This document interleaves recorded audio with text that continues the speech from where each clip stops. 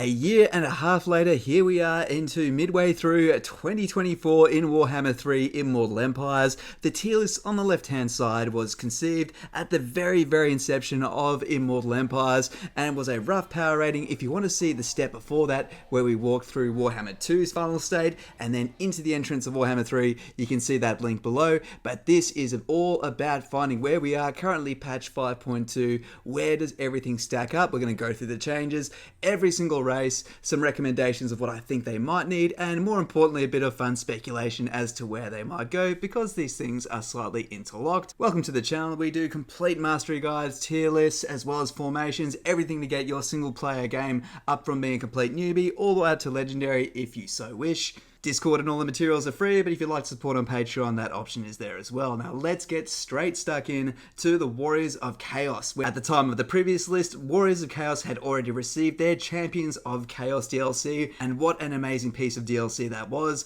4 new legendary lords, each bringing new units, new power, and more importantly, some map presence to the north of the map. And here we are in A tier, and it is so important for the Warriors of Chaos to be one of the most, if not the most powerful faction and race in the entire game, because they are the force of darkness descending from the north. And if they don't succeed, then the map's going to be pretty damn boring. With the Order-Tide bickering between each other, it takes a fair bit of the narrative flair away. So these guys are exactly where they need to be. Horrifically armored Chaos Warriors chosen, and not only this, every time a Demon of Chaos faction gets DLC, these guys get a little bit better themselves. Very powerful legendary lords with a lot of variety. You can vassal your way around the entire map. It's even better now with the Chaos Dwarfs because you can vassalize them, hand them all of the minor settlements. You can even make the Dark Elves your bitch, whilst you preserve the fortresses for yourself, because that's where your power comes from. The best experiences are Archaon. You can either ally or even confederate the other Chaos Lords, and Be'lakor also falls as a Warrior of Chaos, although he can confederate all of the demon factions. Although it's a bit harder, he is also an absolute powerhouse. Every faction is an A tier, but Archaon and Be'lakor are God tier. They will continue to receive goodies from the upcoming Slaanesh and Khorne DLCs, securing them in this top spot, which is where they absolutely should be for the game's meta. At the time of writing, the next DLC will include Khorne, and man, do they need it? Well, they absolutely do need a bit more board presence. They only have Scarbrand, but what a mighty legendary lord he truly is. Heavily armored Chaos Warriors of Khorne wielding their axes, Bloodthirsters hit like a ton of bricks, but the added foot speed of Bloodletters gives you some sorely needed mobility. Don't forget, your heroes are excellent. Using cultists to summon on the backline will allow you to entangle their artillery, but here we are gushing about their military when it's actually on the campaign map why they are so incredibly powerful.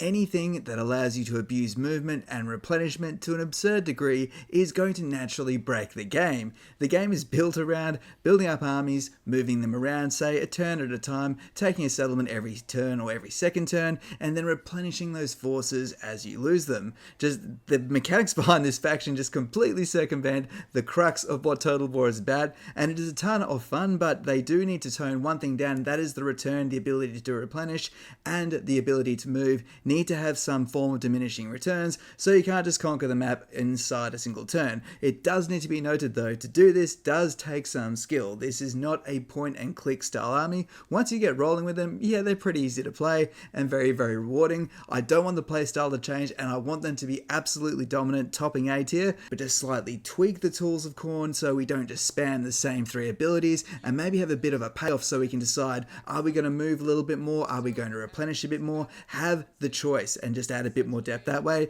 That is the only thing I would change. Rather than break down how Khorne are a bit busted, let me shout out another creator, Cultist of Khorne. He plays Khorne and does so without pulling any punches, beating the entire campaign in 8 turns.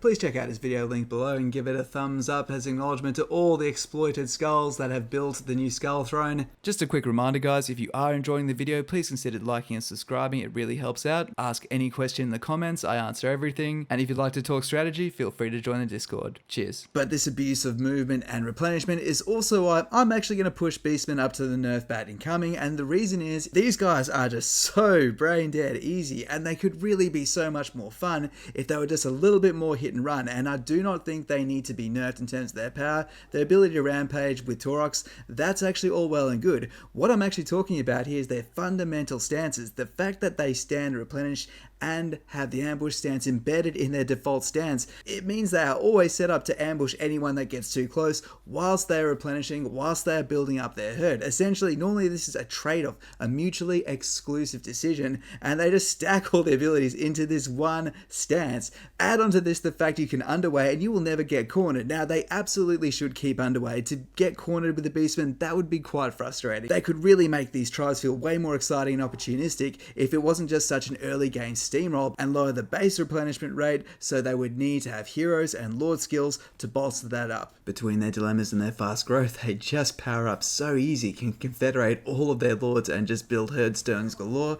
They just need to be slowed down a bit, because given that turns are quite quick as the Beastmen, this campaign is just over it in the click of your fingers, and slowing it down and providing some more dynamic early challenge would really make these guys one for the ages. It still stands as possibly the best rework other than the Wood Elves that CA have ever done, and if you haven't played the Beastmen, give them a go, they're amazing.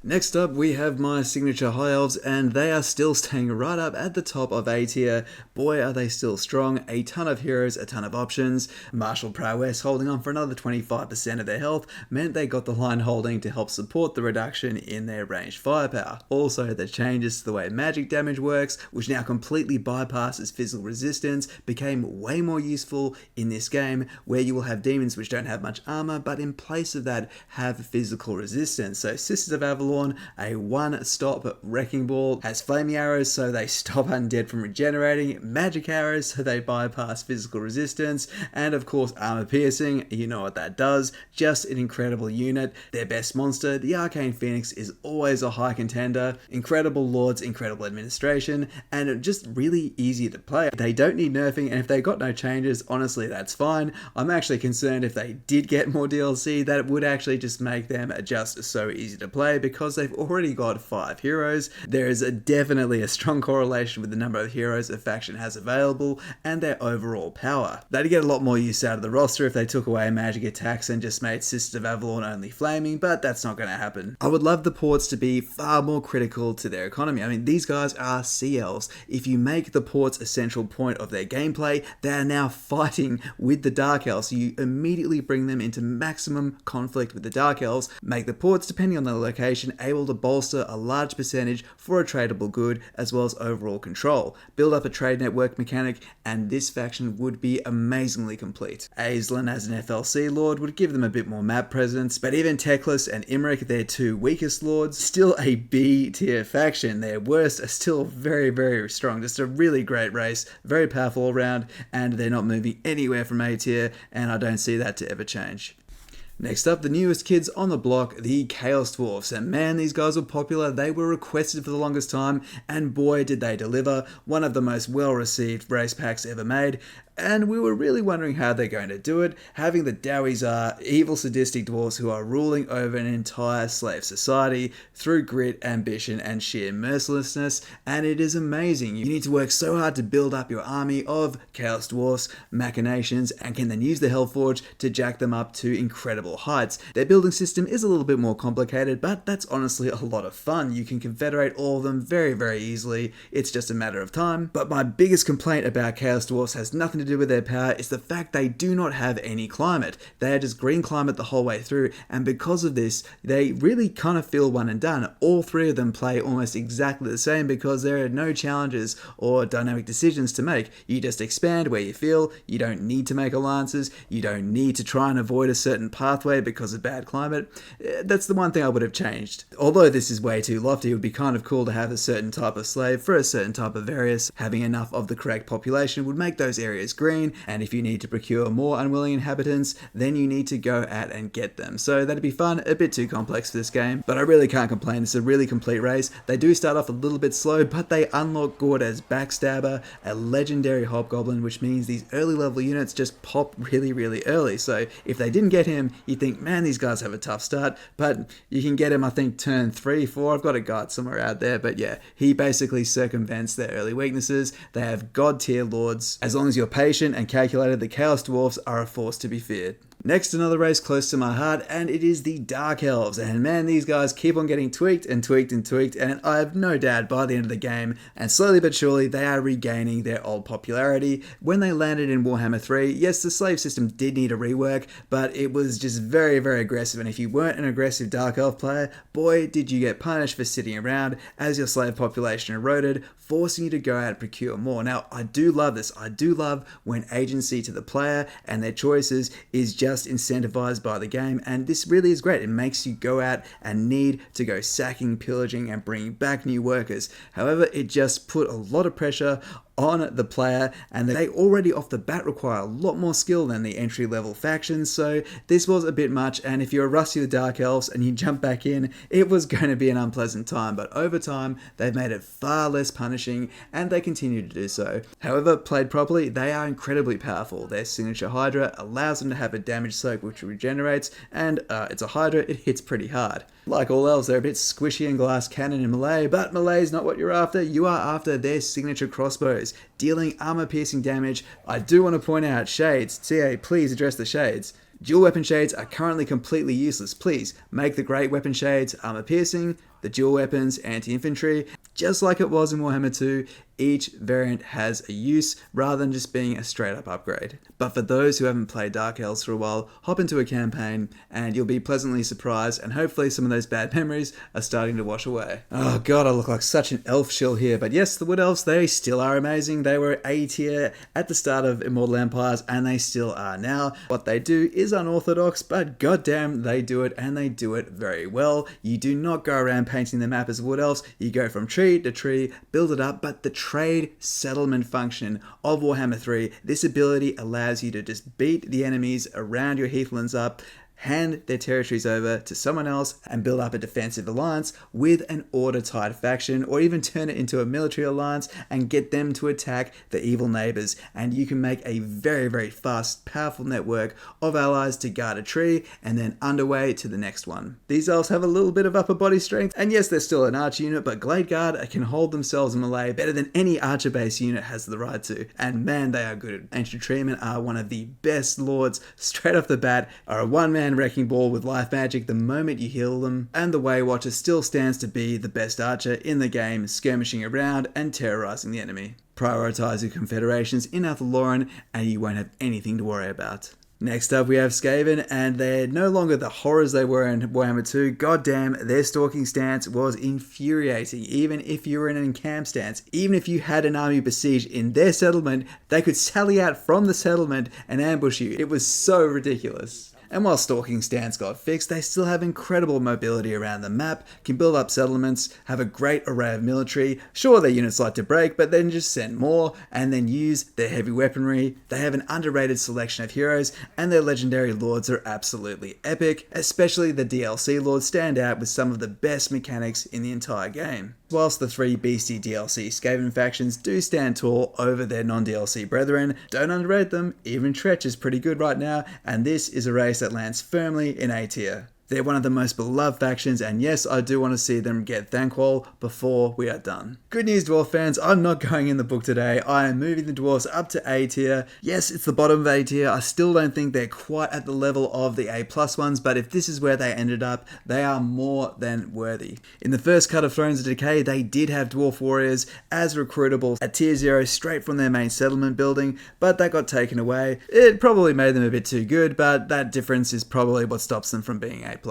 Overall, very tanky characters, incredible leadership. Their basic Dwarf Warriors are one of the best tier 1 infantry in the game, incredible armor, and the block chance on their shields got increased, so now they handle arrows even better. Iron Drakes to melt blobs, gunpowder to melt anything else. The roster has seen a bit of restructuring for the better of balance. For example, hammers now have magical damage, which means they now serve as an anti-demon. But the Thrones of Decay DLC also provided Dragon Slayers, which thank God finally gave them a hero with replenishment, so they can fight from battle to battle much better and much longer. Protect those organ guns as they shred single entities, and gyrocopters and bombers, boy do they get an amazing buff. They are incredible now. Man, am I undervaluing these guys? Maybe they should be A+. Let me know in the comments. We'll see. Maybe next time we do this, they'll be firmly in A+, but for now, A-, but that's not a dirty word. All the legendary lords are awesome, and each offer a very unique campaign, which in itself is excellent.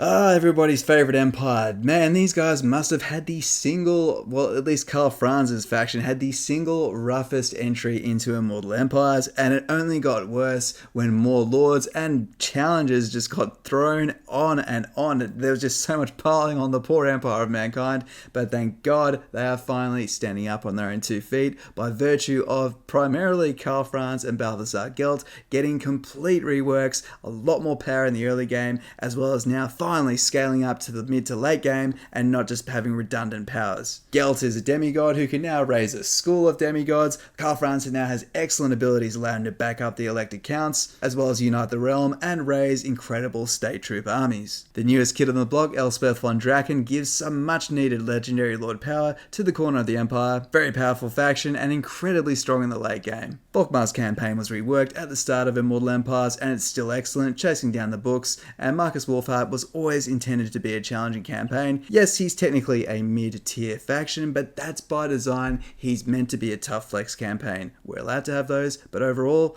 the Empire is an A-tier faction, finally. If I could make just one request for one change with the Empire, it would be that Empire Elector state troops can be hired from anywhere in any type of terrain, may it be neutral or even enemy terrain. Whilst this sounds powerful, there's unit caps which really limit to how well this can be used, and honestly Karl Franz is the only one you really want to lean too hard into them, but this would make state troops at least somewhat appealing for the other factions and would give Karl just a little bit more flexibility. This would not make them overpowered. If you're a Lapsed fan and you haven't tried out Warhammer 3 in a while, now's a great time to jump in with Karl and the boys. And now the humans in the east, Grand Cathay, and they landed very solidly in Immortal Empires, but like all the Warhammer 3 factions, they didn't quite have the tools until Shadows of Change. This provided them with another legendary lord. Yuan Bo is incredibly powerful, and they also reworked all of the Cathay main mechanics to overall make them more accessible. Now, as someone who makes guides, hoping to bring new players into the game, that I do like the idea of this being an accessible faction. That's very important, but I do wish maybe Miao Ying even just got a small bonus to yin-based abilities, and maybe Ming's Harmony was slightly enhanced with Yang. I don't know, every faction should just have something. It doesn't have to be amazing, just give them something to make them stand out, so a DLC faction isn't faction plus. That should never be the case. Sure, DLC factions can have a brand new mechanic attached to them, but even if it's just bonuses, just give something. So maybe Miao Ying is more inclined to lean into yin-based magic and harmony, whilst Zhao Ming's yang bonuses to the province would be slightly better and a +3 recruit rank to yang-based casters. The new Gate Heroes provide insane buffs to Jade Warriors and they are now your workhorse. You do not need to squeeze yourself dry trying to make peasants work for you like you used to previously. Jade Warriors are now your heavily armoured workhorse. Their experience in metallurgy really showing off here. Just insane amounts of armor at such a low tier, and this will carry you all the way through. Excellent crossbow power, which only gets better with the celestial units. Skyjunk's raining artillery from above, and if anything's too stubborn, just send a terracotta sentinel to kick the door down. Great faction, very fun to use, but please CA, just give us the other Dragon Lords. There's still 2 more Dragon Lords. Rumor is we're getting the fire one next, but please CA, give us all 5. It does make sense that Grand Cathay is strong because there will be more hostile factions added to the east end of the map, which means we need a strong Cathay to repel, and I do predict that at this point Grand Cathay will have the most threats, but overall be the strongest faction in the game, and I can't wait to see it. One of the biggest winners in so far is Tzeentch. Now, a lot of people are aware that the Shadows of Change added in the Changeling, and it's a bit of a controversial campaign. Yeah, maybe it is one and done, but man, you can really say that about any Warhammer campaign, honestly. A lot of people only play one race one time, so honestly, I played that campaign to way later turns than I do most other campaigns, and I was entertained through it, and really, isn't that the measuring stick? Only you can be the judge of that. Yes, he can't die, but who plays campaigns till they die? You quit campaigns because they're going badly, and honestly, you can send yourself broke. You can ruin your campaign as the Changeling. It's not a given. But those tools also benefited Koros Fateweaver. Just across the water from Koros starts Sarthoriel, Sarthoriel the Everwatcher was upgraded to a full Lord of Change. Check out my channel, there's a guide there to confederate him like turn 3, but you have to do it quickly before Teclis kills him. But this will give you another legendary Lord very early on, and it is a lot of fun. Tzeentch is a slow burn campaign. Those multipliers will slowly creep up, but if you utilize the tools at your disposal, you can move extra turns, control enemy settlements, you could just flip the whole map on its head. It is very fun to control, but you also need to understand your army. Many people also don't know iridescent horrors now give replenishment, which has also sped them up on the campaign map. My only complaint is their legendary heroes take a little bit too long to get, but they are absolutely worth it. The blue scribes are absolutely insane and turn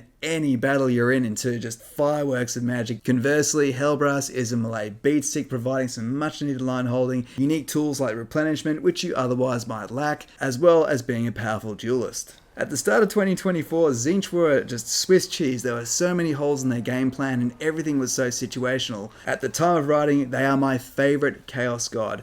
Nobody in this game seems to have played the Chaos God they ever thought they would. I've always been Slaanesh followed by Khorne, and Tzeentch are by far my favourite Chaos God to play in this game. Be warned, unfortunately the DLC is expensive, and in my mind you do need the DLC to get the most out of them, but with that in mind they are an amazing A tier faction. Next up, the Greenskins. They got reworked at the end of Warhammer 2, and that rework was just simply epic. My long-time biggest complaint is they don't buff Orc units enough, but they are going to be the next DLC, so I'm sure they are going to have that more than patched out. I'm not going to get into their options, but there's a couple of them, and they will certainly give buffs to Orcs, so that big tide of muscly war is only around the corner, and after that they will surely be an A tier, but there's still Skarsnik, Grom the Paunch can provide insane buffs to Goblins, which means if you're a crap stack runner, these are the factions for you. On the rough side, several of them have some dicey starts, but on the plus, man, they can bulldoze very heavily. They have lots of options. Wars are still very powerful. They can beat other lords into submission, allowing very quick early expansion with some good heavy late game units. One more DLC for them does feel right, and without a doubt, they will end up in A tier afterwards.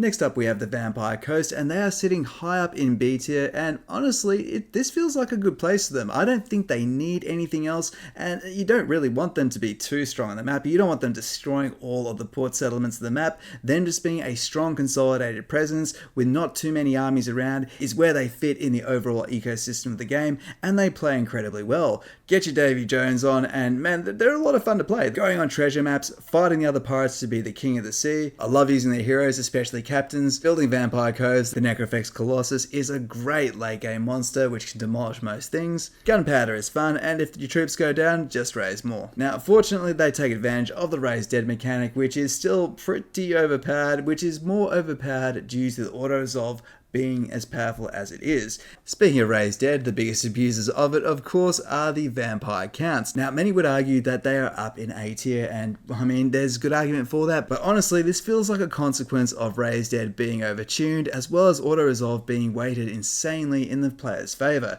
And this is a long time issue which I've long ranted about, so I'm not going to get into it here, but the auto-resolve is just way too heavily weighted to the player, and it just really does encourage crap stack play, and the raised dead mechanic is essentially a crap stack generator. Combines with some of the most powerful lords in the game, and you have very formidable armies, but the faction still needs a bit of work. I can't wait for them to finally get the love they deserve, because they did get some reworks at the start of Immortal Empires, but the Blood Kisses system and the Bloodline system just needs a bit more tuning. Vlad's regeneration has been tuned down a bit, thank God. Honestly, I think regeneration does need tuning down in general, because it makes your own battles cakewalks, and battles against the AI absolutely frustrating when they do have a lord with regen. Combine this with just a couple more units and a bit of a rework, and these guys will sit firmly, maybe arguably at the top of A tier. They have that much potential. Yes, they absolutely can be played like an A tier faction, but as previously mentioned, this is off the back of what I believe to be mechanics that are likely to be reined in at some point. The core roster and experience lands them in B tier.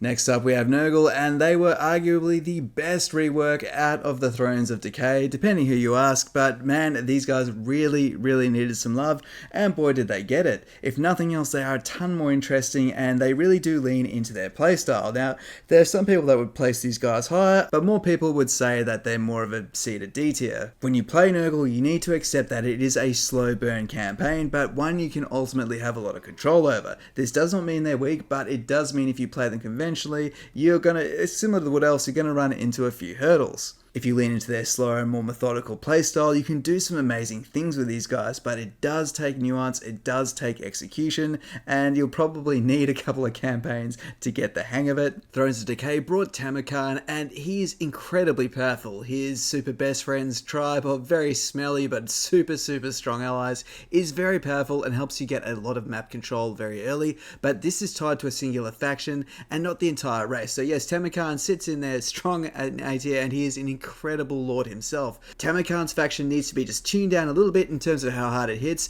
and just some of the wider global bonuses to the Nurgle race. Maybe just a couple more fast acting plagues dealing big damage over a very small amount of time to add a bit of flair and quick expansion would see Nurgle in A tier, not just in terms of being thematic, but also with power. Next up, the Shield Against the Darkness, Kislev, and this is another race that should never ever be at least above A+, because honestly the game's balance requires on them eventually losing to Chaos in most cases, otherwise it's going to be a pretty sunny day in the Empire. By design, they need to be on the brink of civil war, so they stay divided enough so the forces of darkness can come over them, but when you're the player, you have the opportunity to unite everyone in time, combine to make a formidable front, and then turn the action against Chaos. Shadows of Change introduced Mother Ostankya, and I recall my very first thoughts when I saw that starting position and thought, man, this doesn't help them at all. Boss, it's not what they needed, it was an interesting place to put her. What really hurt Kislev early on was the inability to field magic. Their exclusive hiring practices means it's very slow to get casters on the field. I'm actually a fan of both the Tempest and Light schools of magic for Kislev because it really does gel with their army style, but the problem is getting them on the field is very difficult, and you're often in a lot of trouble by the time you get them, so gaining access to more casters, more units like Spear Infantry really did help them out.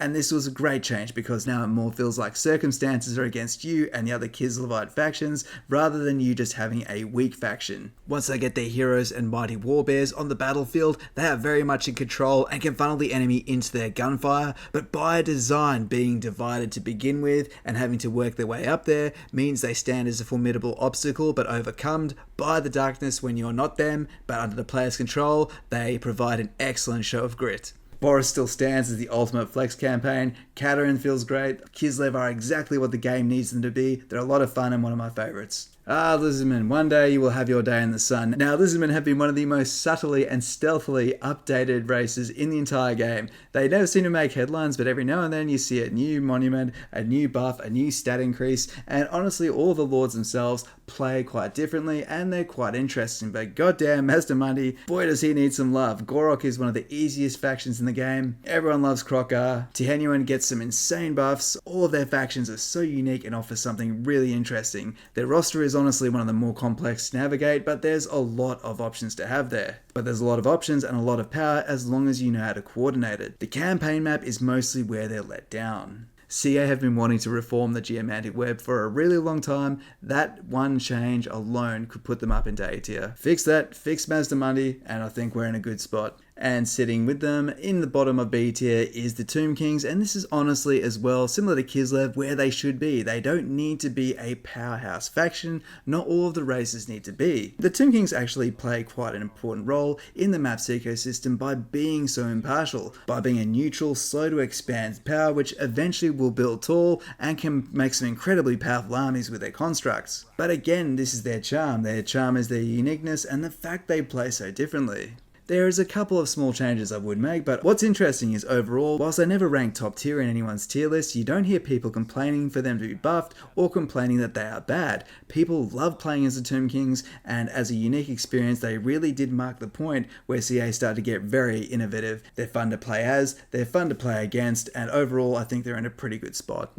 Next up we have the god that I thought I would like the most, but not quite just yet, and that is Slaanesh. With only one legendary lord, there's an absence of map presence. Shortly after Khorne, the next DLC will provide them with one, if not maybe even two, legendary lords, and that will severely improve the map presence. Given that diplomacy and manipulating the relationships on the map is one of Slaanesh's best boons. Now don't get me wrong, seducing units and their rush down style playstyle can be very good, but honestly when looking up to the B tiers, I find myself with Slaanesh leaning on a very few handful of strategies to try and make them work to an A tier level, which is why they remain here, but I have no doubt one more content release will put them either high in B tier or in low A tier.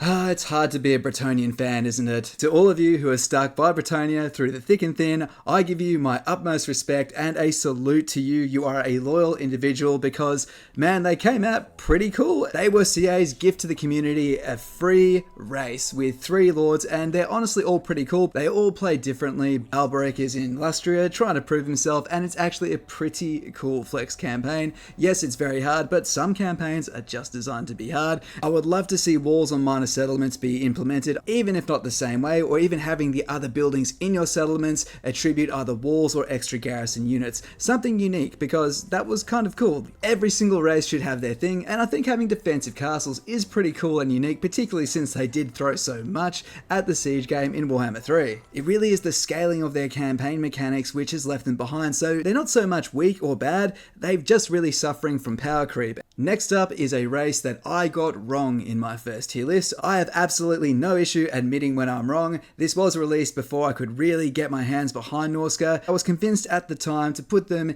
in D tier, but I really did underestimate particularly their economy. They were never short of C tier, and there's argument they could have been in B tier. Now backed by the Chaos forces, which only seem to grow in power, they are in an alright position. Both legendary lords start near each other, but unfortunately the minor factions really do struggle to survive much longer, and that can inhibit your expansion. I think some people go a bit overboard in the overhaul they expect these guys to get. Honestly, just a few tweaks so they play a little bit better on the single player experience. I don't think they need to be a map spanning empire. They are not meant to be a major player. They are a support faction. I absolutely love what they did with the Tomb Kings, the Wood Elves, the Vampire Coast, showing this is a unique world full of unique races, and not everyone needs to play like Rome in Rome 2. It means picking up a brand new race is a completely different experience, and as someone who makes guides on these things, I absolutely love how I have to basically learn from the ground up every single race that I go through. It makes playing them and teaching them an absolute treat. To be thematic, I would actually love Norsca to be more about raiding rather than going out and conquering. Sacking, raiding, and even the occasional raising, and then bringing those things back to their homeland to build up their kingdom. Having a mechanic to set up a network of raiding would be really interesting, really lean into that piracy theme. Whilst the Dark Elves are fixated on extracting people,